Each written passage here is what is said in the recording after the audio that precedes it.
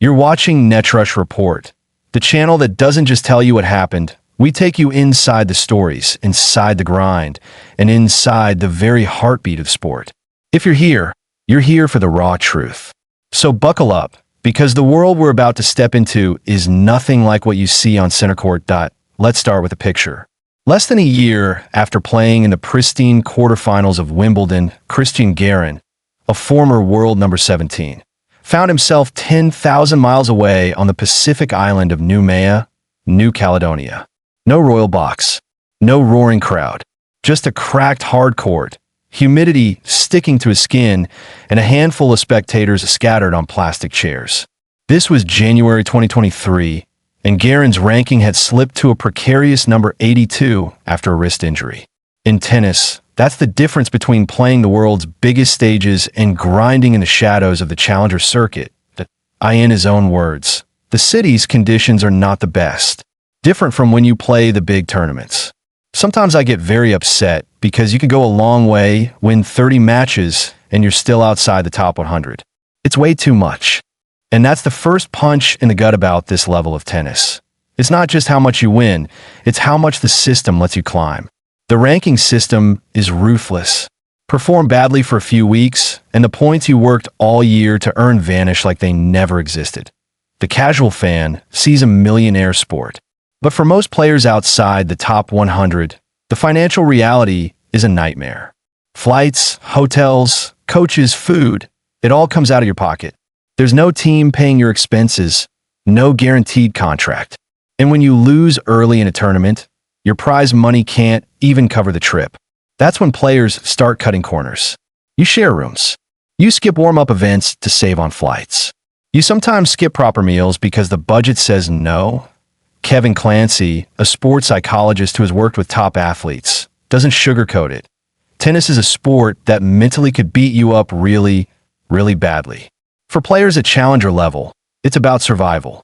They're sleeping on floors, sharing motel rooms, sometimes struggling to buy proper food, playing in front of a man and his dog in the middle of nowhere. It's tough. It's lonely. And loneliness, that's the shadow that never leaves you in this life. Serbian pro Dusan Lajovic remembers the early years.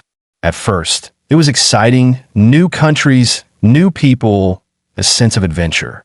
But that wears off fast. The endless flights, different beds every week, never seeing your family. In 2023, he opened up about depression and anxiety. It's not just forehands and backhands, he said. It's how much can you suffer? How much can you travel? How much can you be away from home? Tennis doesn't allow you to start a normal life. It takes a toll on your body and your mental health.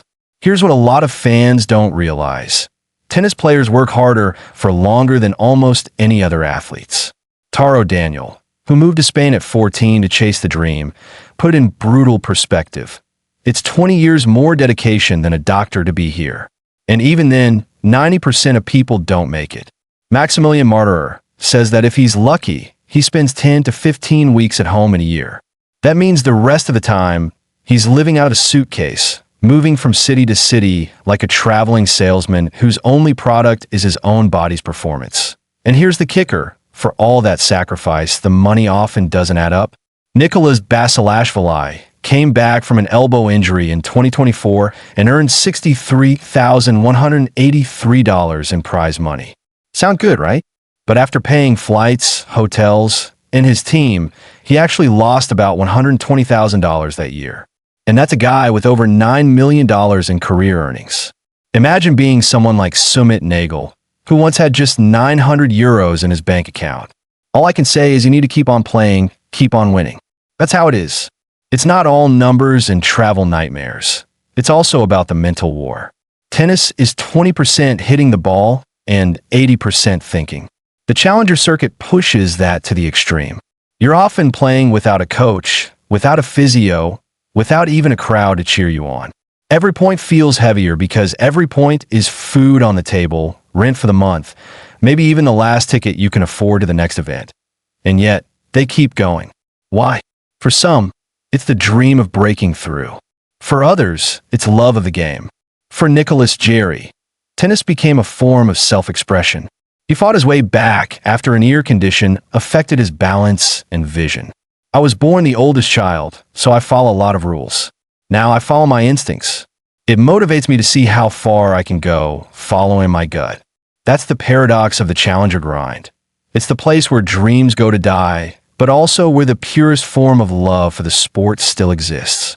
No one here is in it for the money, because there is none. No one is here for the fame, because no one is watching. They're here because something deep inside refuses to quit.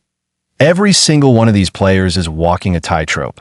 One injury, one bad year, one sponsorship deal gone, and it's over. But every single one of them also knows that one hot streak, one big win, one golden month could change their career forever. That's the addictive part.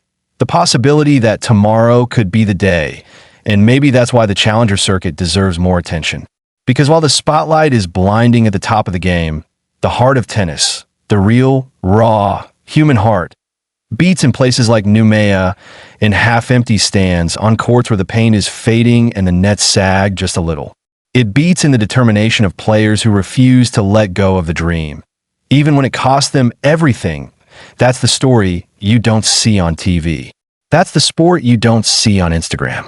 And if you've ever doubted the toughness of tennis players, take a good look at the ones grinding it out in these corners of the world, because they're the ones who remind us that in this game, the real battle isn't just across the net. It's inside your own head, your own bank account, and your own heart. This has been Netrush Report, where we bring you the game beyond the scoreboard. If this story hit you like it hit me, make sure you subscribe, because there's so much more you need to see and so much more the cameras don't show. Until next time, keep your eye on the ball and never underestimate the fight it takes to keep playing when no one's watching.